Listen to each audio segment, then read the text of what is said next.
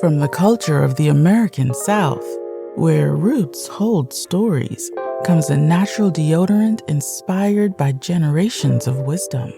Introducing Rootwork, the all-natural foundational Black American-based deodorant infused with the magic of High John the Conqueror root. Our unique blend enriched with this legendary root offers 24-hour protection, rooted in the power of nature. Embrace this deodorant that celebrates culture, history, and your well-being. Unlock the magic of Rootwork today. Experience the pure essence of nature. Visit rootworkstyle.com and make the switch to a healthier, cultural choice. Let's get Sheena Latrice. Sheena Latrice. All right. Hey Tariq, how you doing? I'm good, Sheena. How are you, beloved? I'm good, love. Hey, welcome. Well, thanks for welcoming me. Shout out to everybody in the space. So I had a real quick question for Yes, your ma'am. opinion, as I've been listening to you. So it's a two-part. Okay. My first question is, I heard you mention earlier something about a roll call, and that's a little bit off the topic, but I'm not familiar with that part. So maybe A if you roll want to call? just kind of, wait, you A said roll? no, mic check, no, mic check, my bad, mic check, Okay. okay, and Yeah. then okay, if you can kind of touch on me because I do like to, you know, interact with understanding things. If I don't understand something, I'm gonna ask. I haven't been in your space a whole lot. And then my second part question is, I know they like, girl, quit babbling. Okay, Mhm. so you're talking about rappers and artists, Yes. okay? Okay, so I'm gonna bring it to Milwaukee, okay? That's where I'm at, okay? So we had a little game. My oldest OG baby pulled up at the game last night, but I've been real busy today, but I've got a lot of inboxes on Facebook and stuff. So apparently, Flavor Flav performed at the game last night. Okay, so this Yes. is my opinion. Let me get to the second part of the question. First part is just asking you in your space, like, how do you guys consider Flavor Flav? Is he a hype man or is he a rapper? Okay, and then the third part to that question is, it seemed like a lot of bullying. I haven't had a chance to just check into media because I've been real busy doing other stuff today, but it apparently something like people was knocking him. That's why the Bucks lost. Not the Bucks lost because the team just didn't have it together last night. We're gonna win some and we're gonna lose some. Okay, so this is just what I received, and I haven't really looked at all the posts and all this stuff. But what do you consider, like, I salute him a little bit, okay? Because Mhm. we can create bucket lists and we can manifest what we want to do. And the world gonna always got something smart to say or other individuals. So what is your opinion? Do you think it's like sarcastic? Was he serious? Just I kind of wanted to just ask your opinion about that, Okay. if Thank you're you. aware of it. Thank you, dear. I got to land her plane. She's a chatty patty. Boy, boy, I'm out of breath listening to your little ass, sweetie. Boy, she's a chatty patty. She's a cute girl. Boy, she's one of them chatty patties. Boy, she's one of them where you have a one night stand with her, and you know those one night stands who won't leave. Damn, fellas, y'all know what I'm talking about. Y'all been with one of them cute little babblers. She's cute, got a little hot pocket on her, but after you do the do, you're like, yeah, I gotta get up and go to work in the morning. I got things to do in the morning. Ooh, it's late. Damn, it's almost 2 o'clock. So what you finna do? I'm gonna be right here with you because we just had a connection, and I met you at the Milwaukee Bucks game, and we were sitting there, and you saw me, and I saw you, and I knew there was gonna be something there. What you think? And I thought it was special. You didn't think it was special? Oh Lord, what did I get into? Lord. Well, I don't be sleeping with people, so we're dating now. Since you and I had intercourse, you and I, we're going to be a thing now. So, oh God, Oh God, lady, I'm having flashbacks. You just gave me flashbacks of a single life. Oh, y'all chatty patties. It was so hard to get y'all to go home. And this was before Uber when I was back at, and I was out here before Uber. So a motherfucker had to either drive y'all home or take a cab. That's when niggas had to you had to drive their asses back. Oh God. Lord, girl, go to your car and go home. I will call you later. You know, there's a Taco Bell open 24 hours a day. Go get you a Mexican pizza and drive your ass back to Inglewood. I don't want to hear all this chatty patty shit. Lord, Lord, Lord. But I digress. But she brought up some great points. They had Flavor Flav out there singing the damn national anthem, and it was kind of funny. It was funny. You know, they did it because they knew it would get press as it did. They knew having Flavor Flav sing the national anthem was very random, and they knew it would get publicity. Just like the whole Roseanne Barr, when Roseanne Barr sang the national anthem, and it went viral. They were trying to go viral.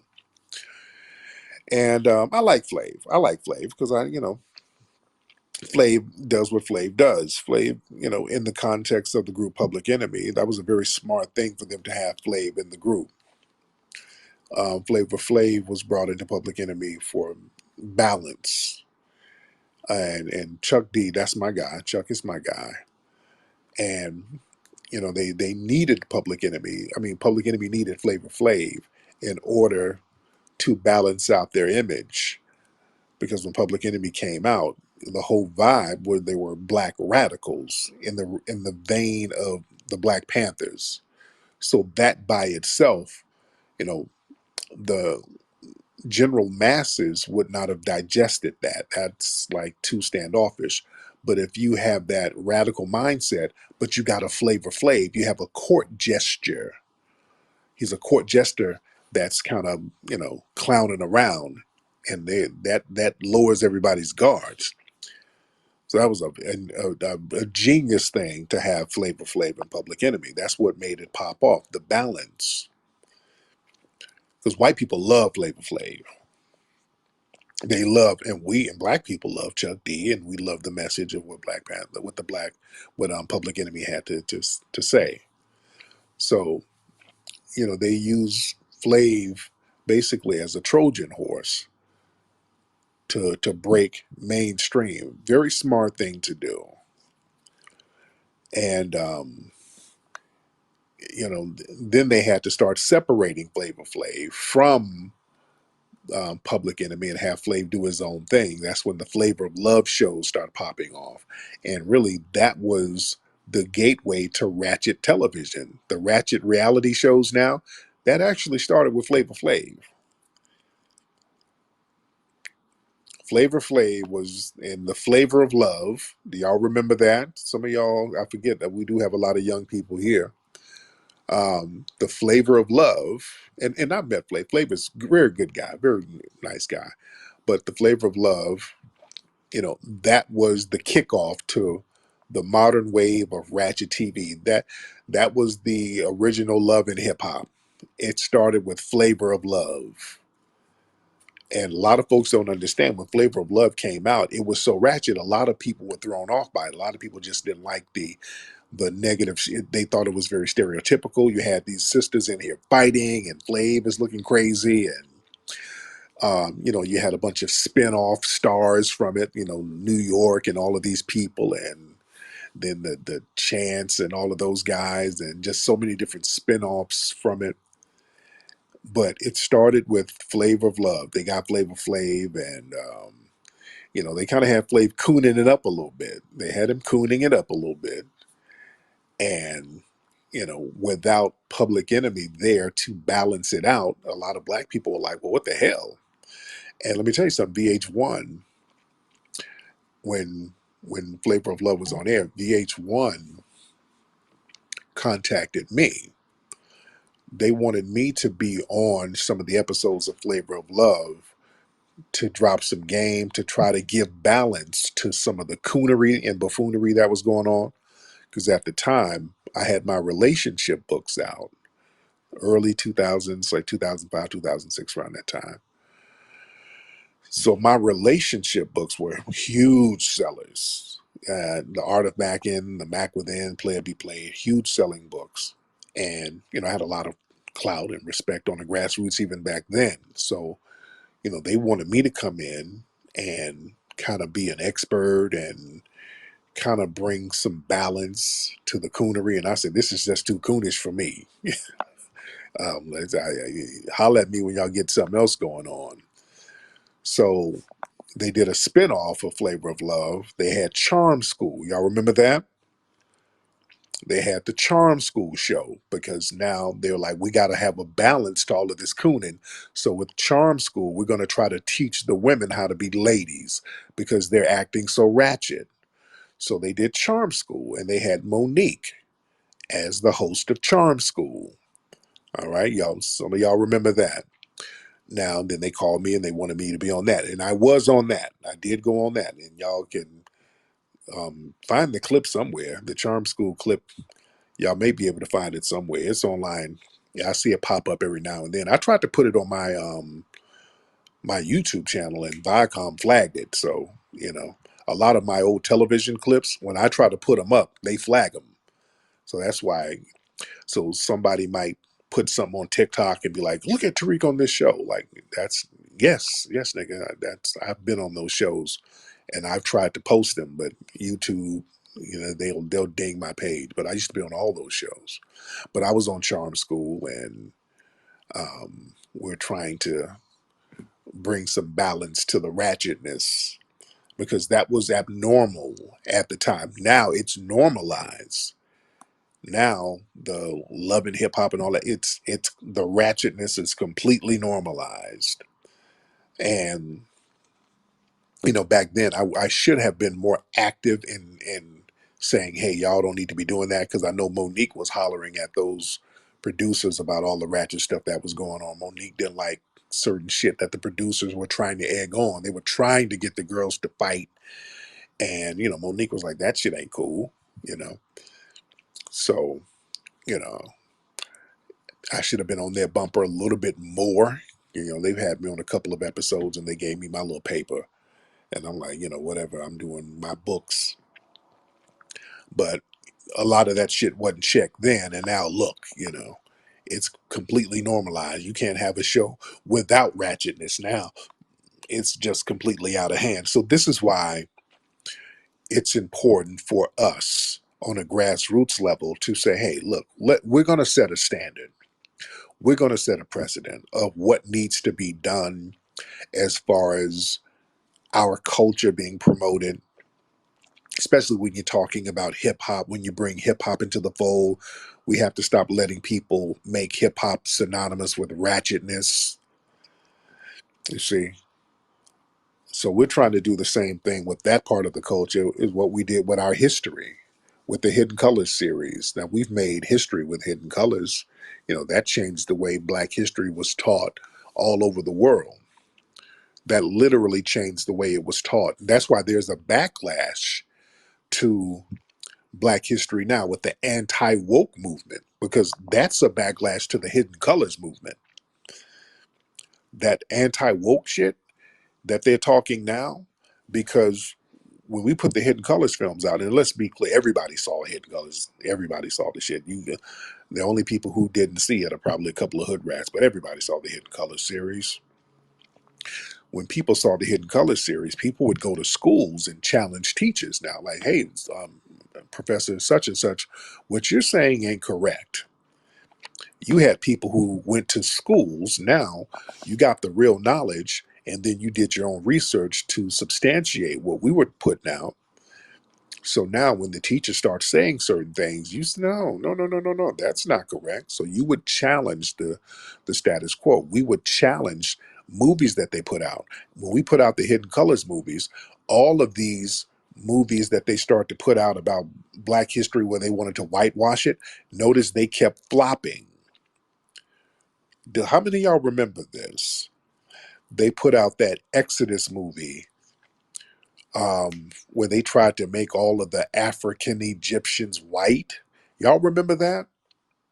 And this was right around the height of the Hidden Color series. The Hidden Color series was breaking records all around the world. So they tried to put out a movie. I want to say it was Exodus. It was one of the movies where they had Sigourney Weaver playing Cleopatra, just some real bullshit. They had the Jesse dude from Breaking Bad playing King Tut. It was something. It was the whitewashed, the most whitewashed shit ever. And these movies were flopping left and right. And in the international press, I want y'all to go look up some of the articles. They were actually blaming us for that. They were mentioning me and the Hidden Color series in some of the news articles because we were criticizing a lot of those movies, and a lot of people were criticizing it because we were selling out movie theaters with real Black history. And when they put out these whitewash movies, we would criticize them, and they would say, "Well, Tariq Nasheed of Hidden Color said this movie is such and such," and whoop de whoop. So we were directly affecting a lot of the mainstream propaganda that they were putting out and shutting it down. We were shutting that stuff down. And then what they start doing, the corporate structure, they start making little variations of what we were doing. So we had Hidden Colors, and what did they make? A movie called Hidden Figures. Y'all remember that? And even to this day, a lot of people get the names mixed up. They'll start calling our movie Hidden Figures and then call their movie Hidden Colors. They made a movie called Hidden Figures, and there was another Nike ad that they put out where they used a plagiarized version of the Hidden Colors 2 DVD cover that we had a little thing going on. We had to get a cease and desist with Nike to stop them. And they called the shirt Hidden Images. Y'all look that up. Y'all look that up. Nike tried to steal the likeness of the Hidden Colors DVD, the movie poster. Nike had a T-shirt line called Hidden Images. Y'all look that up. It was getting, dude. It was getting real. They watch what we do on the grassroots. They watch what we do on the grassroots, and then they take their cues and then they try to make their versions of it. I want us to understand how powerful we are. We got to understand the power that we have as a grassroots community. We don't have to keep looking for the dominant society to give us the cues. We create the cues, and they listen to us. There's a reason why the reparations conversation is in the national lexicon now. That started with you guys. That started with the grassroots. That started with us right here. We got that conversation going right now. We're moving the political needle right now. Grassroots. Got to understand the power that we do have when we get on code. You got to understand codification, man. Our brother Neely Fuller always tells us about the power of being codified. That's one thing that we don't understand about power. The white supremacists, they can dominate us because they know how to be codified. They all get on code with each other. We're learning that, and we're trying to do that on a major level now. We're trying to do that now. This is why we're doing straightening with a lot of people who are off code, just like the dominant white society. When people are off code with them, they kind of have to check them to get them right. You know? But we got a lot of folks in here. Yeah, I'm done with that. So that's why it's important for us to have our own media entities. That's why the microphone check movie is so very important. It's extremely important because it's a narrative that it's the real story of our culture has never been told. Hip hop is over 50 years old. And in 50 years, the truth about our culture has never been told. The stuff that we have in microphone check, man, it's never been told. It's never been told on a major level. It's never really been just all put in one compartmentalized entity and put out there, just from top to bottom to explain where all this stuff really, really came from.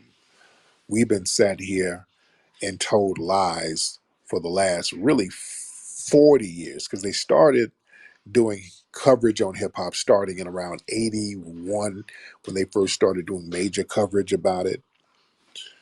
And even those were filled with half truths and lies, and they just build on more and more lies. So we're getting some straightening. Let's get Grinds TV in here. Grinds,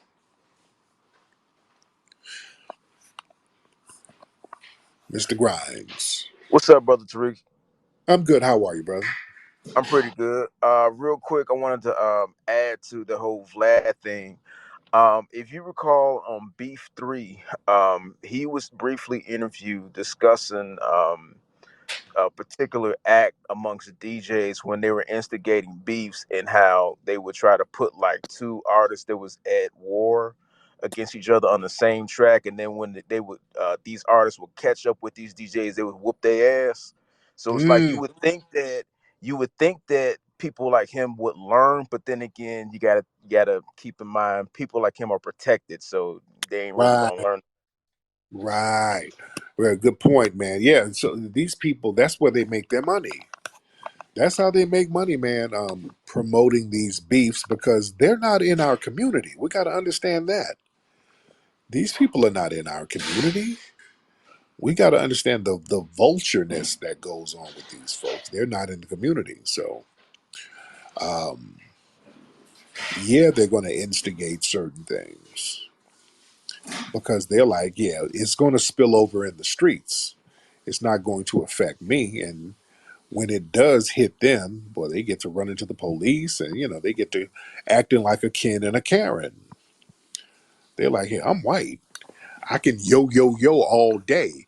But when things get hot, I'm going to stop the yoing. They're going to pull a Michael Rappaport. Y'all remember Michael Rappaport did that old hoe ass shit where he was arguing with the athlete. What was the athlete? What was the guy's name?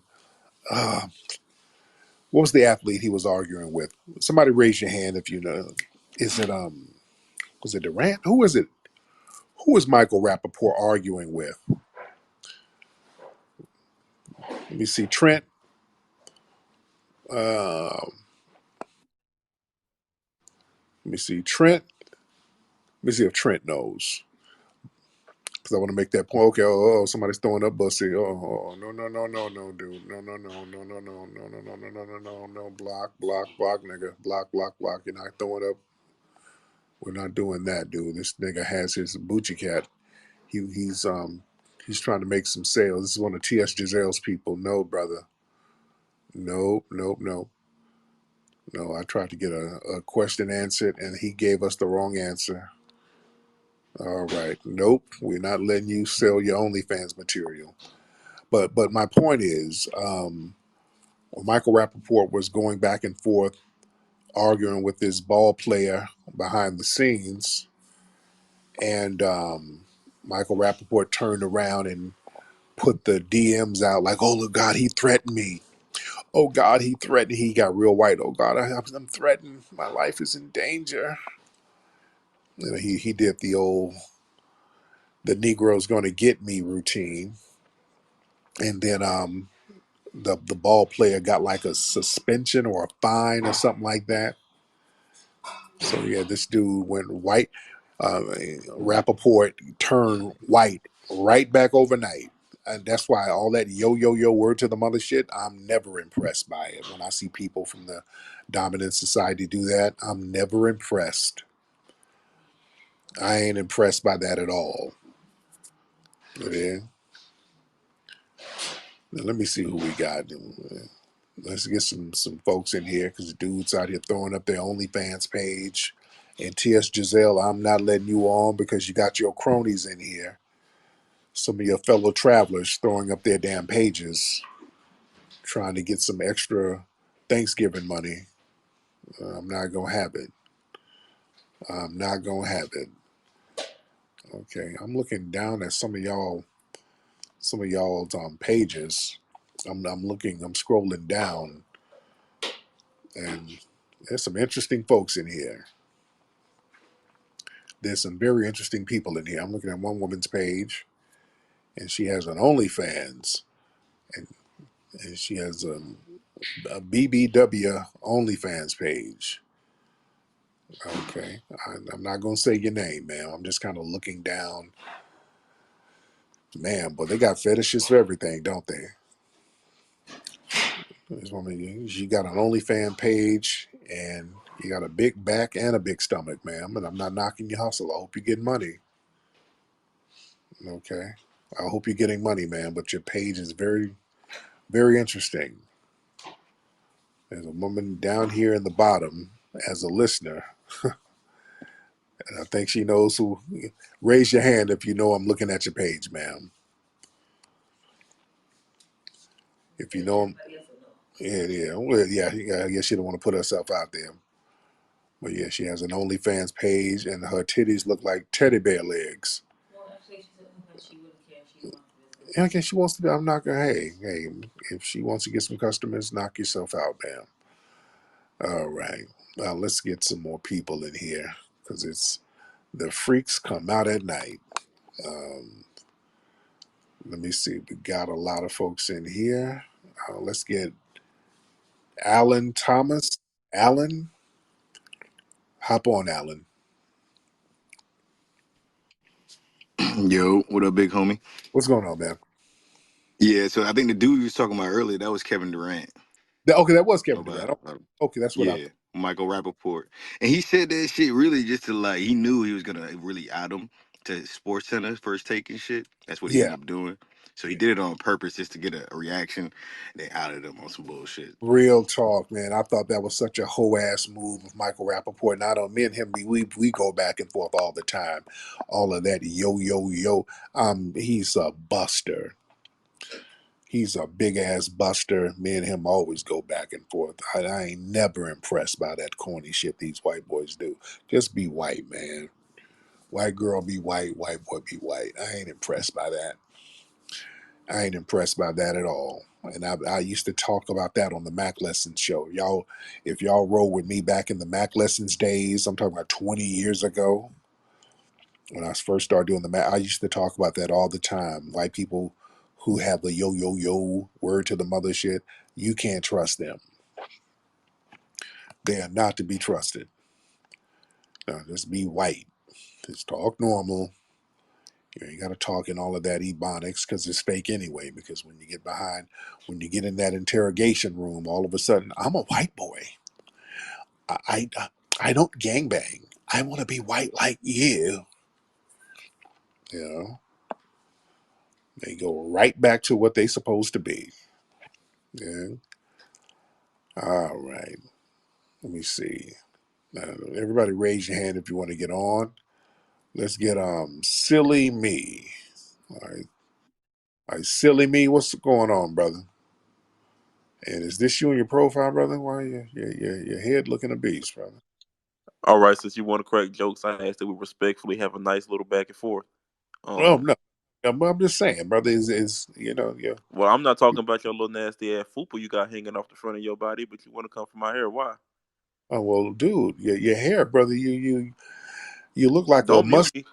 No, Then I'm don't not mute mute, me. Let's have a back. Let's have a back and forth. Let's have this sir, little roast battle. Let's see how sir, funny you really are. You got that big nasty tight ass jacket. Don't mute me. Why? What you muting me for? sir. I'm saying you look like a musty fig tree in your Well, hair, sir, you sir. have love handles Sir, I'm sorry, and you your fat mother, with sir, big kneecaps. sir, dude, you look like a diabetic crack baby, sir. What's Well, I going on? heard you smell like a Rally's fish sandwich in real life. Is that true? Dude, your mother would say some shit like that, and she smells like sour cream and bologna sandwiches, my nigga. So what's going on Well, with you smell like Vienna sausage water, so I guess y'all leaving. dude? You smell like foot fungus and Tussie deodorant, nigga. I So heard you got a where you dildo from, that you be titty fucking. That you be titty fucking. Is that true? Fatty, fat nigga? ass, big ass. No, You wear size 42 this jeans, you big slop. this is boy the corny tether jokes. Boy, this is a corny tether. Nigga, you look like you got caught in a Pompeii volcano. They just chip you out of the Pompeii volcano, nigga. You a 3,000-year-old dusty nigga. You're the world's oldest dusty nigga. They thawed you out. Sir, Nigga, they thawed you out and gave you an EBT card, and here you are. So you're 3,000 years behind. You, you're the world's oldest dusty nigga. You a dusty. sir, can you please get off of that mute button, No, sir? Please. no, nigga. You the No. you are the Let me get my punch back. you Let me get my no punch no back. you are the world's first dusty nigga. You like them dikes that be? You like them dikes that lift heavy weights? What's they called? Them bodybuilder dikes? A big, strong, nasty ass dike. Nigga. All right. You like the dike that panties stink. You got funky panties underneath them little tight ass jeans, nasty ass. You got a little nasty ass. Okay, now this nigga. Oh yeah, thumbs down. He's the tether jokes. The tether jokes are falling off. Lord, this nigga body rejects all types of lotions. The body just absorbs it. All right. Anyway, let's see who else we got. All right. Let's see. We got a lot of folks in here. And don't forget, everybody go to microphonecheck.com, family, while I'm talking, because we have 4 days to reach our goal. We got 4 days to get to that 180. We're at 132. So, family, we need everybody. We got what, almost 800 people in here in the middle of the night? Well, no, we got almost 900 people in here. We got a lot of people in here. We got almost 900 people in here, family. If everybody go to microphonecheck.com and put a 10 on it, and they go a 20 on it, that'll get us in a good space. If everybody goes and gets involved, that'll get us right where we need to be. Let me get one more call in here because I do have to work. Speaking of the film, because I don't want to be on too long because I have to work on the film. I've been working on the film around the clock, trying to get this ready for the family. So let's get everybody hand raised so I can get one more good one. Let me get one more good one. Who's this Kang? Is this one of these white supremacists? And don't post some of your fantasies on here, dude. I don't want to see no pictures. Because a lot of these white supremacists, they be posting their fetishes. What's up, Kang? Yo, what's going on, Tariq? I'm good. What's on your mind, Kang? I'm chilling. I actually have a question for you, brother. What's happening, man? So, the obviously, I'm sure you know the war going on in Israel and Palestine, right? Right. I was curious if like the war on Zog is like preventing the production of Hidden Color 6, because Boy, y'all, the tethers, y'all gotta be. Okay, that's the wind. Boy, I wish the wit is just, it's not there. The wit ain't there. You gotta be witty, and y'all, white supremacists and tethers, you're just not witty. God, no wonder y'all stay on 4chan all day, nerding it up with each other. Y'all not witty at all. Okay, let me see. And T.S. Giselle, I'm not letting you on, T.S. I don't want to hear it.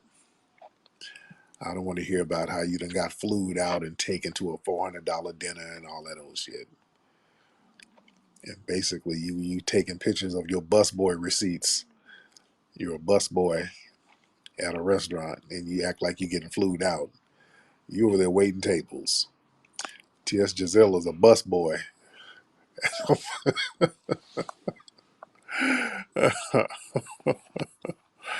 uh, so no, I don't want to hear about you getting flued out. And you're trying to dump on the FBA women. Lord, hold on. Let me let you get your. Okay, I cracked on you. Let me be fair. Let me get it in. And I'm gonna throw something at you. I'll let you get it back. What's up? Because what you're never going to do is ever lie on my puss. You're never. I stay with a receipt. Okay. Actually, I got something to say. It's funny that you mentioned Flavor of Love because Yes. apparently it's Flavor of FBA Love, and apparently, it's a somebody in FBA got a hankering for Bucci Cat. Now, word on the Twitter streets is Major Powder flew his homeboy Ribs out to Ohio.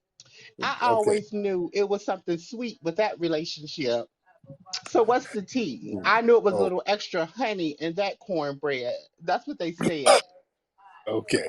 Thank you. So who got a hankering for Bucci Cat? Okay. Thank you. I will And not let you happy? get out of here. I'm not gonna let you disparage Sir Major. Sir Major did not fly anybody out for no damn Bucci cat. I don't believe that. You're not gonna disparage Sir Major. Lord, Lord, Lord, Lord. The freaks come out at night. Lord. Anyway, listen. Go to everybody. Go to microphone check, please. We need everybody. We only got 4 days, family. Can we do it, family? Can we get it? All we need is like what, 40K, something like that, 40 something in 4 days to get our goal on Kickstarter. It's all or nothing. You know, if we don't get this, it's going to greatly delay the film. If we want to get this thing out and get everybody involved, we got to get to that goal, and we got 4 days to do so, family. So, family, I ask everybody to go to microphonecheck.com and go to the Kickstarter link and become part of this monumental project. The clock is ticking. We only have 4 days, ladies and gentlemen, and this is the most important film of the year. So we need to get this popping with all due respect. And anyway, y'all, let me let y'all do your thing. Let me get back to work here. You guys have a prosperous week, and Puppy Akute, Lola Vuve to the family. Y'all be good.